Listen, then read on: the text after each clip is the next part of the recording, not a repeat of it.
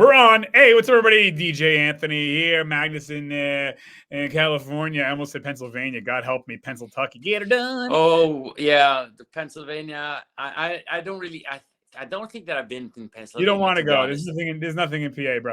PA. I think the whole state collectively has 3 teeth. I mean, it's they should be like next to Alabama. No. Now we shouldn't be that judgmental. That's right.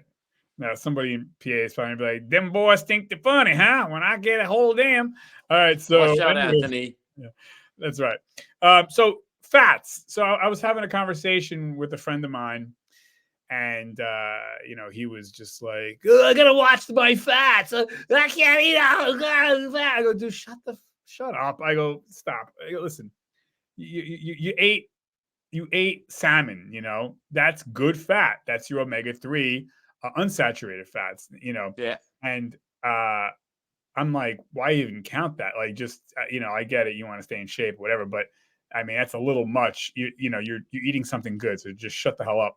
I could see if he was, measuring, saturated fat, using cake, and he was measuring that. Yes, that's bad. But so let's talk about that, because a lot of people, I think, misunderstand, and they think fat is bad. Fats, well, some fats are, and some fats aren't, and some fats you should consume, and some you shouldn't. So, okay, Magnus, what are the bad fats, and what's the good fats? You're the PhD in biochemistry, so what is a bad fat called? What is it? Oh, okay. So let's backtrack a little bit. So the thing is that the bad rep for fat was something that I would say probably late 80s into like mid through the 90s, basically. When we're talking about everything should be fat free, low fat, things like that. And obviously people just got fatter anyway, because we added a ton of sugar into everything. So because when we remove the fat, things usually don't taste the same. For instance, when we're talking about dairy, ice cream, things like that, candy. So yeah. By the way, you bring up a good point, because they took the fat out, but they added sugar and salt. And as you know, Magnus, when you consume more sugar and you're not a daily athlete training for something, that sugar is going to turn to fat. The bad. Yep.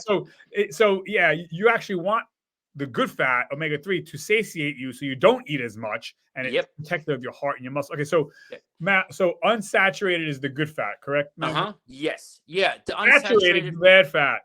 Yeah. So yeah, if we need saturated fat as well, so let's actually be honest about that also. But we need less of saturated fat than we need unsaturated.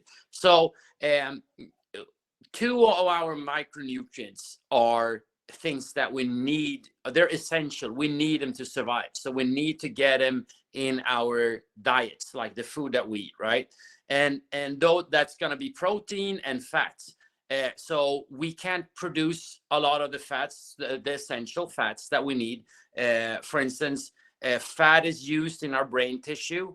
Fat is also part of the, if you're looking at the cell membrane and so on. So fat is very, very important for us to survive and function. Right. Another thing that it regulates is that if we're not getting enough fat, our hormone,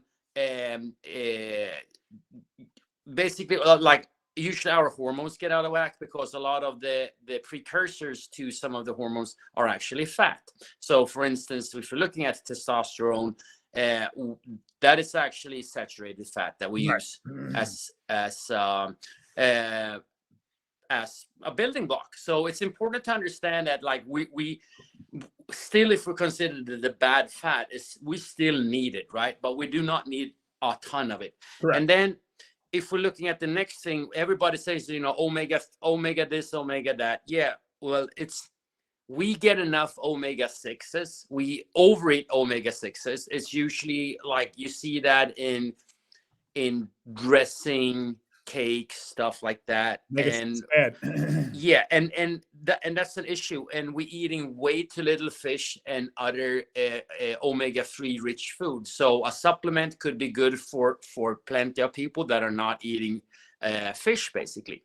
So and I think that it's important to understand that you need to get enough fat in your nutrition. It's like, do not cut it down to like ridiculous amount.